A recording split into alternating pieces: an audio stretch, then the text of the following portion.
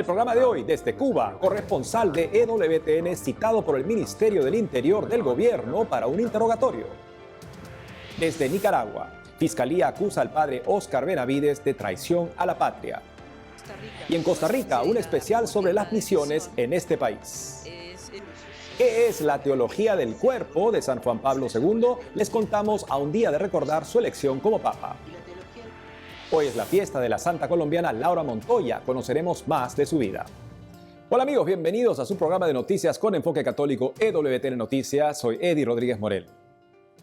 Empezamos las noticias desde Cuba contándoles que por alrededor de una hora fue interrogado por la policía del Ministerio del Interior nuestro corresponsal en este país, Adrián Martínez. En su reciente enlace a EWTN Noticias, informó sobre la labor pastoral con jóvenes en medio de las difíciles condiciones en la isla.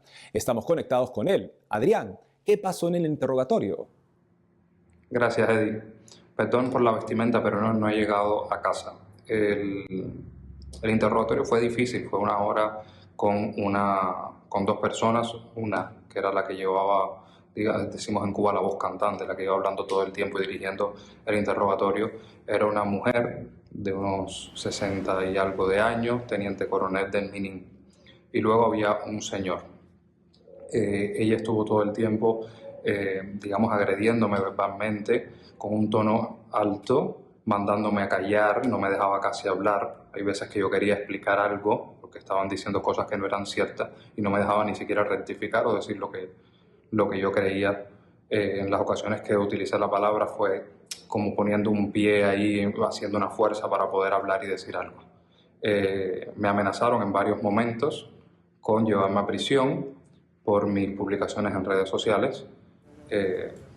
Alegan que yo hago memes contra el presidente, cosa que no es cierto.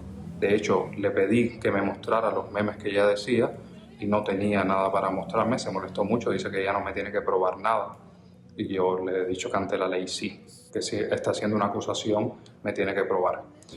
Así fue casi toda una hora, entre insultos, entre lo que ellos tienen que decir. Solo nosotros tú no estás aquí para decirnos nada, cuando yo intentaba explicar cosas. Nosotros solo te estamos advirtiendo oficialmente de que te podemos procesar penalmente y si sigues publicando te vamos a llevar a prisión y tal. Esto fue básicamente toda la entrevista. Me hicieron un acta de advertencia como predelictivo, como que me junto con personas predelictivas.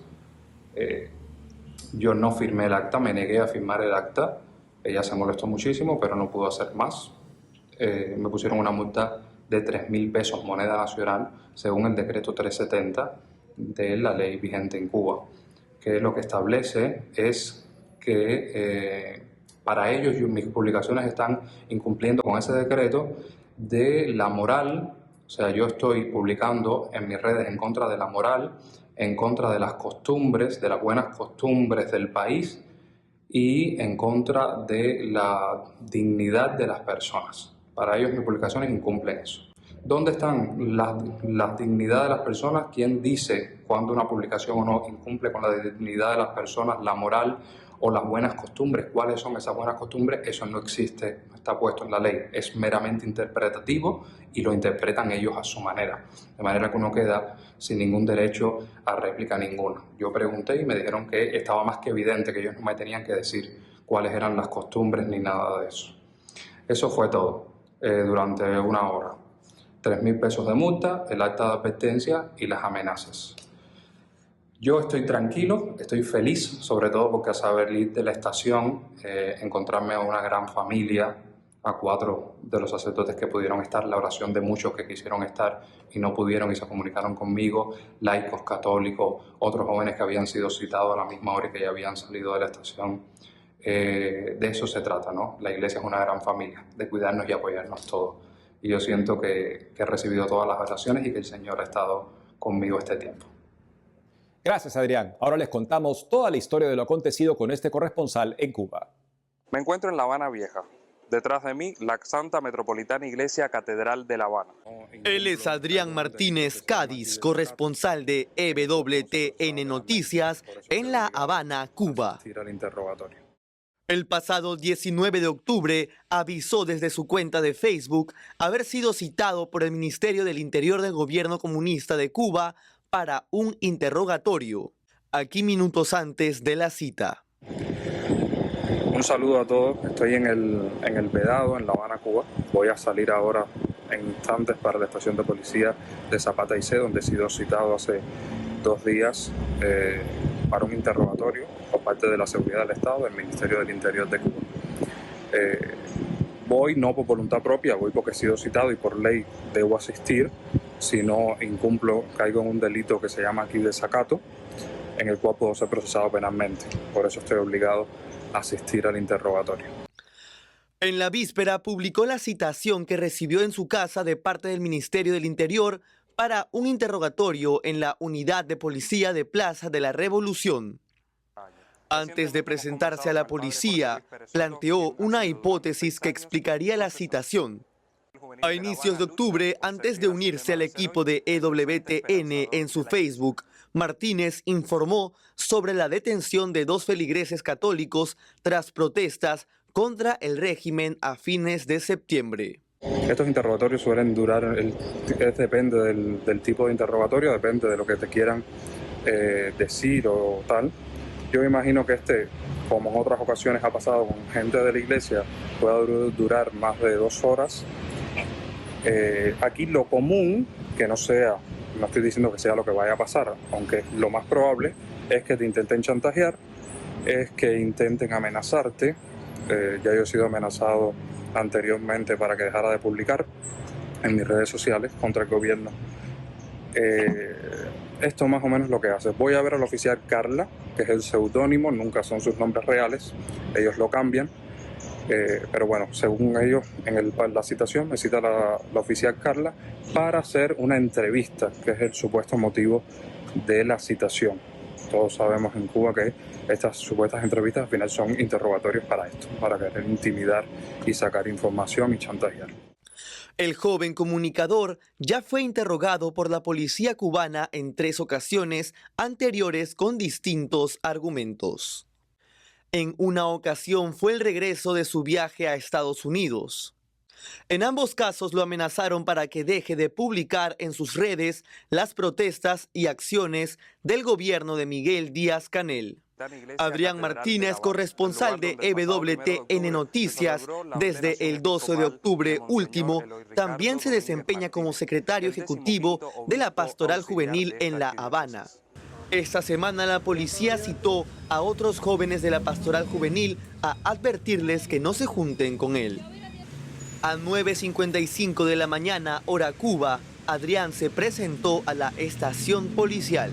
Al terminar el interrogatorio, le impusieron una multa de 3,000 pesos cubanos, alrededor de $120, una fortuna en la isla por sus publicaciones en Facebook, que según la ley cubana afectan la moral y la integridad de las personas. Ya son 64 días los que llevan presos el obispo de Matagalpa, 3 sacerdotes, un diácono, 2 seminaristas y un laico por orden del dictador Daniel Ortega. Aquí lo último sobre la crisis de la iglesia en Nicaragua. Me permiten darles un abrazo hermanos, si somos hermanos, ámense los unos a los otros.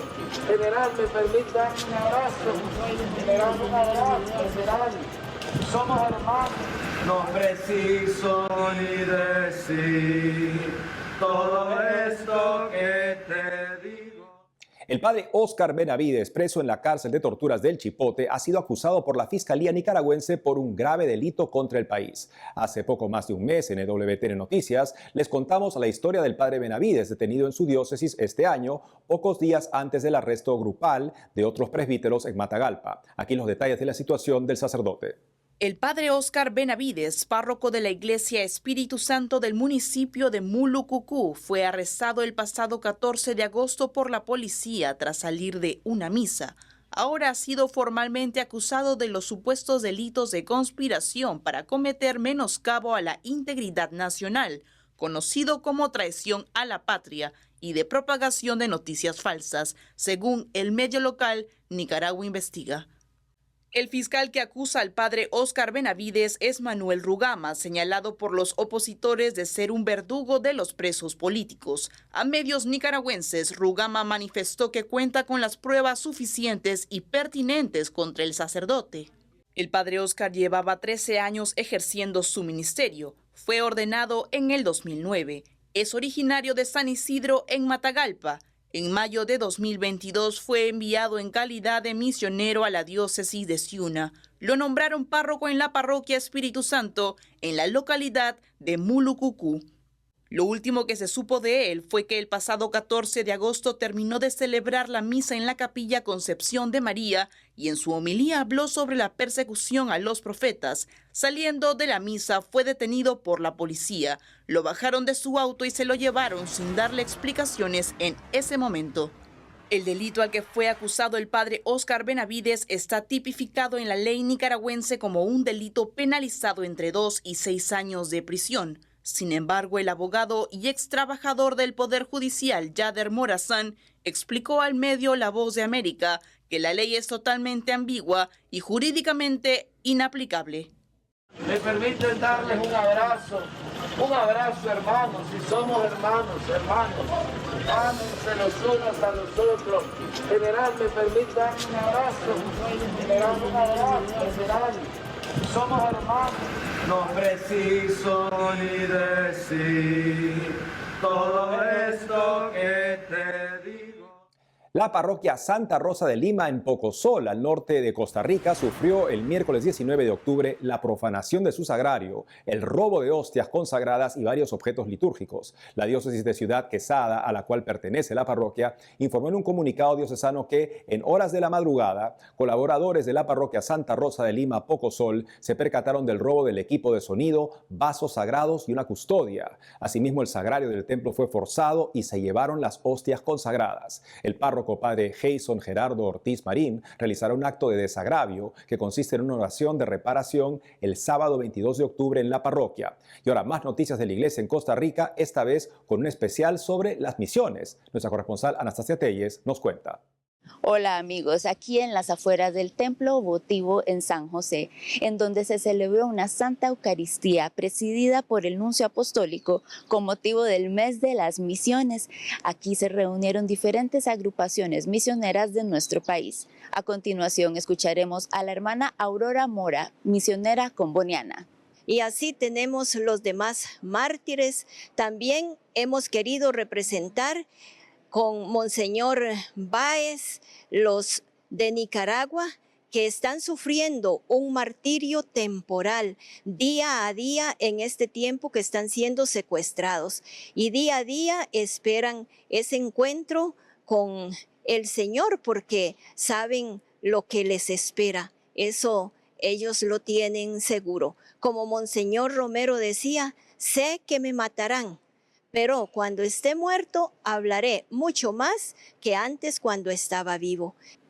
El padre Jafet Peitrequín, encargado de las obras misionales pontificias, nos habla acerca de los misioneros en el continente americano. Escuchemos. El lema que se nos propone o que el Santo Padre nos propuso fue para que sean mis testigos. Pero en el mensaje él mismo indica que el testigo por excelencia es el mártir. Y por eso hemos querido un poco aprovechar este contexto para visibilizar a los cristianos que se encuentran en diferentes territorios del mundo en persecución. Estamos hablando de casi 360 millones de cristianos. Estamos hablando de que en los últimos 2 siglos han muerto más cristianos por la fe que los que murieron en los siglos anteriores. Y por eso, de manera particular, hemos querido también resaltar la imagen de aquellos cristianos cercanos a nosotros, en contextos muy cercanos, que viven esta experiencia de la persecución. Finalizaremos con el testimonio de la hermana Norma Virginia Allen, quien dedicó su vida a ayudar a los necesitados en el continente africano. Nuestra labor aquí en Costa Rica, que no es considerada como tierra de misión, es más que todo la animación misionera y las vocaciones, el concientizar a las comunidades, a la iglesia de su ser misionero. En especial en este tiempo, en este mes misionero, el concientizar a las personas de que tienen derechos y deberes y que no se encierra solo aquí en Costa Rica, sino que ya Costa Rica ha dado 17 misioneras combonianas, que la mayoría se encuentra en África, dando su servicio, anunciando y dando el mensaje del Evangelio para que sean mis testigos. Yo estuve 17 años en Uganda, soy ginecobstetra por profesión, y este tiempo de misionera viví casi todos estos años en guerra en Uganda. En San José, Costa Rica, Anastasia Telles Abarca para WTN Noticias. Y ahora les recordamos que cada tercer domingo de octubre la Iglesia Católica celebra el Domingo Mundial de las Misiones, conocido como el DOMUND. Se trata de una jornada global para apoyar la labor misionera de la Iglesia que acude a anunciar el Evangelio hasta los confines del mundo. El domingo 23 de octubre, toda la Iglesia rezará por la causa misionera y realizará una colecta especial para su sostenimiento. Precisamente en España, como antesala a la colecta mundial por las misiones, una conocida figura del Jet Set invitó a participar generosamente en la colecta del DOMUND, que será este domingo. Se trata de la marquesa de Griñón y presentadora de televisión Tamara Falcó. La también chef pasó por una conversión. Conoció a Jesús en su confirmación a los 27 años. Hija de Isabel Preisler y Carlos Falcó, en la ceremonia del DOMUND esta semana, Tamara Falcó contó cómo descubrió su misión en la vida. Escuchemos. Cuando me fui de misiones a Mozambique, a Casa do Gaiato, estuve muy poquito, la verdad, estuve solamente 5 días. Pero vi a niños felices, llenos de una alegría que no era propia de la situación que vivían. Eran hijos de madres que a lo mejor habían estado infectadas con el SIDA, porque es algo súper común.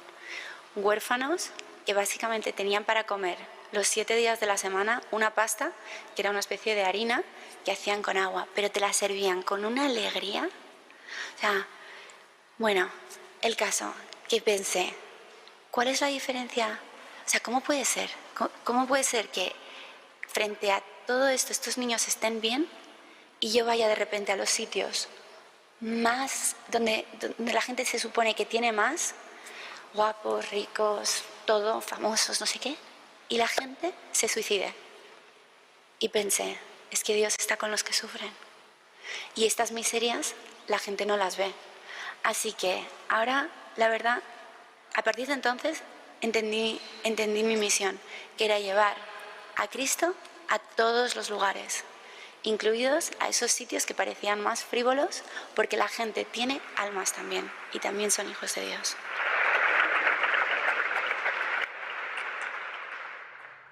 Ahora nos conectamos con Paraguay. Ahí está el padre Leandro Bonin, miembro del apostolado Vocación al Amor. Él lleva adelante este apostolado que difunde las enseñanzas de la teología del cuerpo de San Juan Pablo II. A un día de recordar la elección de Karol Wojtyła como papa, conoceremos el mensaje catequético de San Juan Pablo II sobre el amor humano y la sexualidad. Es un gusto tenerlo con nosotros, padre. Un gusto, Eddie, y estamos aquí con María Fernanda Quinteros a punto de dar un retiro de teología del cuerpo, aquí cerca de Asunción. Padre, ¿qué es la teología del cuerpo? Juan Pablo II comenzó su pontificado en 1978 y menos de un año más tarde, en preparación al Sínodo de la Familia, comenzó a dar una serie de catequesis de los miércoles, que fue el ciclo más largo de catequesis que tenían un mismo tema en común. A esos 129 discursos, 129 catequesis, se las agrupó y se las llamó la teología del cuerpo, porque él mismo usa expresión. Y la teología del cuerpo es una visión integral de la persona que le revela, que le permite a la persona saber quién es, pero también cómo está llamada a amar, cómo está llamada a darse a los demás. Qué interesante que el Papa haya querido preparar el Sínodo de la Familia con esta serie de discursos, la más larga de su pontificado. ¿Por qué la consideraba tan importante este tema? Bueno, recordemos que en 1968 coinciden dos hechos. Por un lado, esto que llamamos la revolución sexual tiene como un punto culminante, donde parece que la sociedad rechaza por completo la enseñanza de la Iglesia sobre el amor, sobre la sexualidad, pero en el fondo sobre la persona.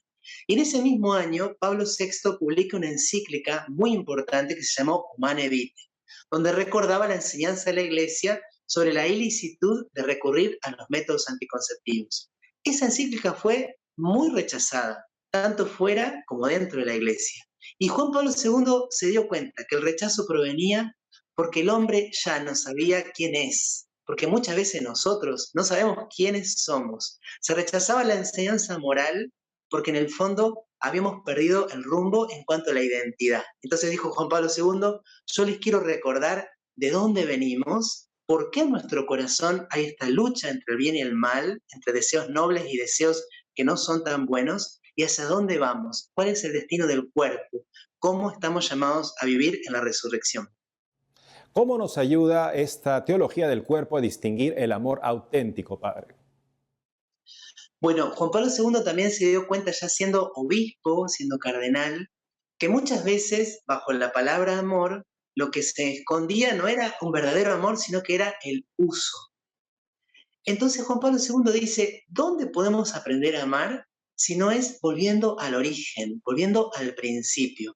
Y allí es donde él introduce, por un lado, estas enseñanzas hermosas sobre el hombre, varón y mujer, como imagen de Dios. Amar es hacer lo que hace el Padre, el Hijo y el Espíritu Santo en toda la eternidad. Pero finalmente Juan Pablo II también nos va a decir, amar es vivir en nosotros el misterio de Cristo, que amó a la iglesia y se entregó por ella. En la cruz, contemplando a Cristo crucificado y a Cristo en la Eucaristía, es donde nosotros aprendemos el verdadero amor. Padre, ¿dónde podemos aprender la teología del cuerpo? Bueno, a nosotros nos gusta mucho, nos parece que es un ambiente muy apropiado para apropiarse la teología del cuerpo, para sacerdotes, para consagrados, para laicos comprometidos, para aquel que incluso está alejado, un retiro espiritual. Nos parece que es el lugar óptimo. Pero también hoy, también desde Vocación al Amor con María Fernanda Quinteros, ofrecemos cursos y talleres virtuales para educadores, para docentes, para padres. También tenemos talleres de masculinidad y feminidad. Gracias a Dios, hoy hay muchas propuestas, algunas de carácter académico de grado, otras más pastorales, y nosotros queremos hacer también esta contribución para que el legado de Juan Pablo II, esta maravilla, este regalo que ha dejado a la Iglesia, sea alcanzado por todos. Qué importante apostolado, padre. Gracias por haber estado con nosotros. Gracias, Eddie. Que Dios bendiga a toda la audiencia. Amigos, vamos a una pausa y al volver.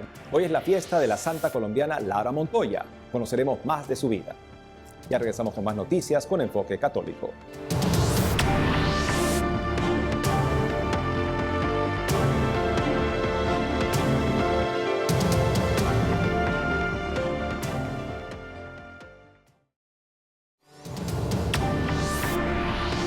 En nuestro segmento especial del Santo del Día, hoy recordamos a la santa colombiana Laura Montoya, fundadora de las misioneras de María Inmaculada y Santa Catalina de Siena. La hermana Alexandra Benavides, misionera laica colombiana de la Asociación Católica Nuestra Señora del Encuentro con Dios, nos cuenta más sobre la santa.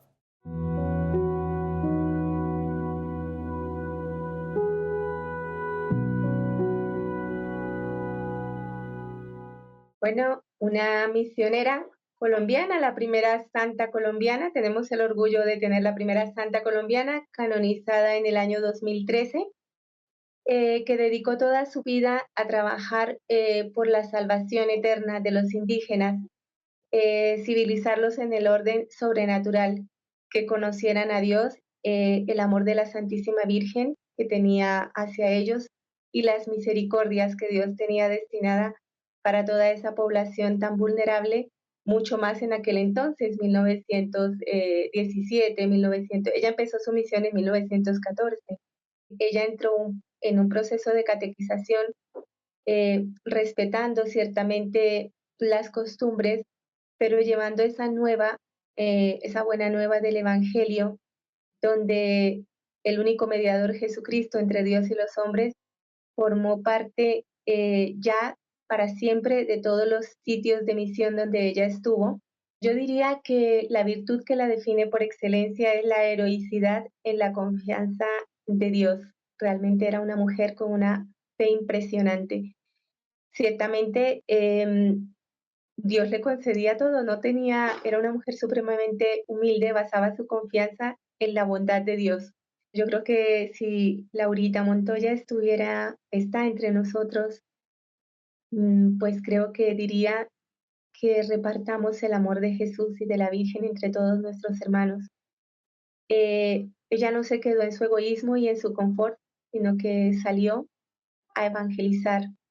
Y la primera evangelización es nuestra adhesión a la voluntad de Dios, es no pecar, para que Dios pueda hacer su obra en nosotros. Creo que eso mismo nos diría ella hoy, que abandonemos el pecado, que no ofendamos a Dios, como dice la Virgen Santísima en Fátima, que ya está muy ofendido, y que veremos lo que son los milagros si confiamos en Él.